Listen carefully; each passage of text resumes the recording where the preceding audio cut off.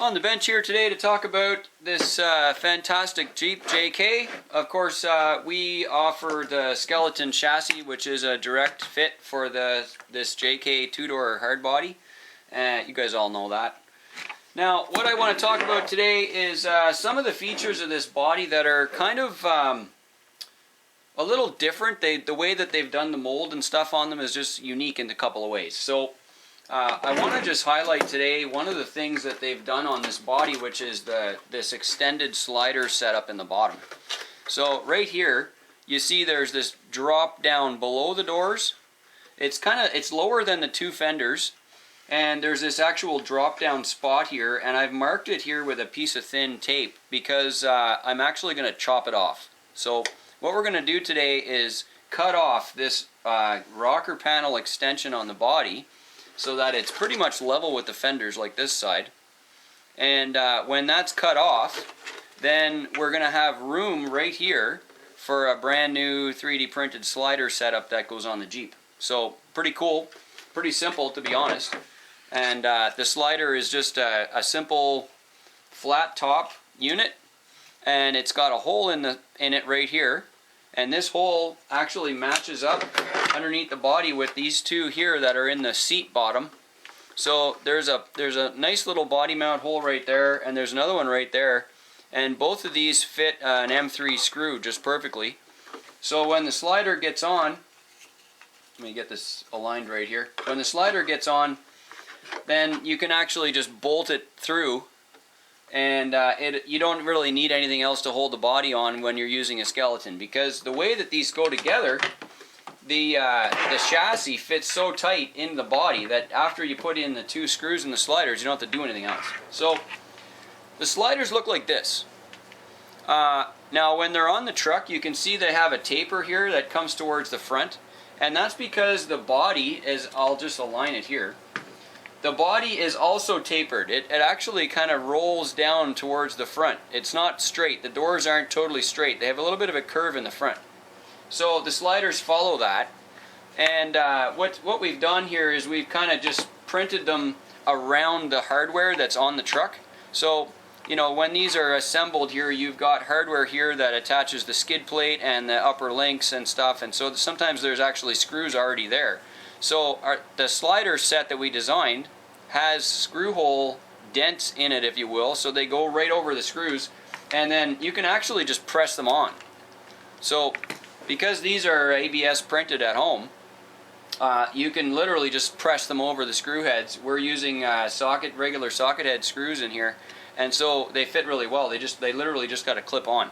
Now there's also two screw holes in the slider right here, one there and one there, that will go right into the skeleton chassis. There's already existing free holes for it. So you can attach these on with hardware after you've got them aligned on the truck. And so basically you can't mess this up because these two screws, the dents right here, fit over top of the skid plate holes. Those can't be messed up. So literally you just put them on with the taper going towards the front of the truck, and then the body just slams right on. Now let me show you kind of how that looks. I'm going to drop this body on here, and I will make sure that it's lined up in the front. The way to do that is that the two screw holes that come down from the hood area right here and here, those two screw holes right there should be on the sides of the radio tray. So they fit right on the sides of the radio tray. The transfer case is touching the bottom of the tunnel here in the front, or in the middle, sorry. And in the back, the shock towers fit up into the rear seat area. So there's everything right there. Now let me get the front end in there. Now you can see here from the side view that this drop down section here underneath the rocker panel, this part sort of covers over the frame a little bit. So if we were to cut this off and replace it with a new slider, pretty much we're taking up the same space. So that's exactly actually what we want. And you can see on this side that we've already cut off that piece, and if I can hold this up properly here so you can see, there we go. So you can see here the frame is sitting right there just below the door after the cut, and then the new slider piece clips on the frame rail right there, clickety click, Done. So what basically we ended up with is this little tiny lip. You can see it here. I'll get my hand out of the way. So when the slider's on the truck and everything's in place, there's a little tiny lip here. You can see it. The slider extends past the body just the smallest amount. And just the smallest amount. And what that does is it gives a little bit of rub protection. So when you're going down the trail and you get something, you're caught on a tree branch or whatever that's at the bottom, or a rock, you can literally slide the rock along there. Of course it's a slider. You can slide the rock along the slider without actually getting to the door, because the slider sticks out beyond the door by not much. It's only a couple millimeters, but it's enough, and it follows the door contour. So if you have the cut fenders, if you've got the fenders cut off, or you've got them tapered, or they're comp cut, or you've replaced them with the axial Wrangler fenders, or any kind of fender mod you've done, these should still work because they only come up to the inside of the fender edge right there. They stop right there and right there, so they should fit. So basically the only thing you have to do to the body to make those fit on is I would get a thin piece of masking tape. This is a piece of 1/16 tape, and I aligned the tape with the bottom of this fender and the bottom of this fender, and then I'm going to cut below the line. So where the body rolls around underneath, you can see there's a little bit of a roll down right there on the tape line. That little roll down, you want to keep about 1/16 of an inch of the roll down. And when you cut this off, it'll be just below the fenders. Now that does two things. First of all, it allows you to correct your mistake. If it turns out that you're dremeling away here and you cough in the middle of your Dremel and you kind of make a notch in it a little bit too high into the tape, well then you can still, file it smooth and redeem the thing.